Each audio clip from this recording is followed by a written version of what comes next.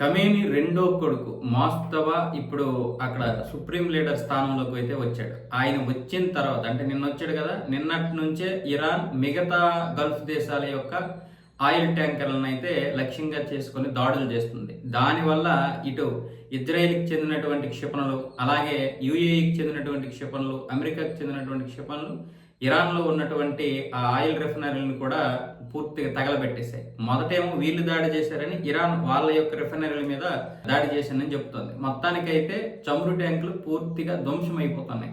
దానివల్ల ఒక కారణం అయితే, మరొక వైపు ఏమొచ్చేసి ఇరాన్ హార్మోజ్ జలసంధిని మొత్తం క్లోజ్ చేసింది. ఇదొక పెద్ద కారణం. మొత్తానికైతే ఇప్పుడు $120 నుంచి $130 ఈ బ్యారెల్ చమురు అయితే పెరిగిపోయింది. ఇప్పుడు మిగతా ప్రపంచ దేశాల్లో చాలా దేశాలు ధరలు అయితే పెంచేసాయి.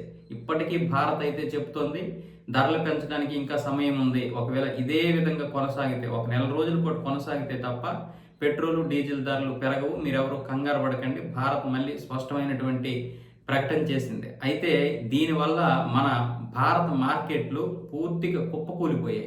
మన మార్కెట్లు మాత్రమే కాదు, ప్రపంచంలో 60% మార్కెట్లు కుప్పకూలిపోయాయి. ఇప్పుడు మళ్ళీ ఈ మస్తఫా ఏ నిర్ణయం తీసుకుంటాడో తెలియదు, కానీ ఇతడి మీద కూడా ఇప్పుడు టార్గెట్ పెట్టింది అమెరికా.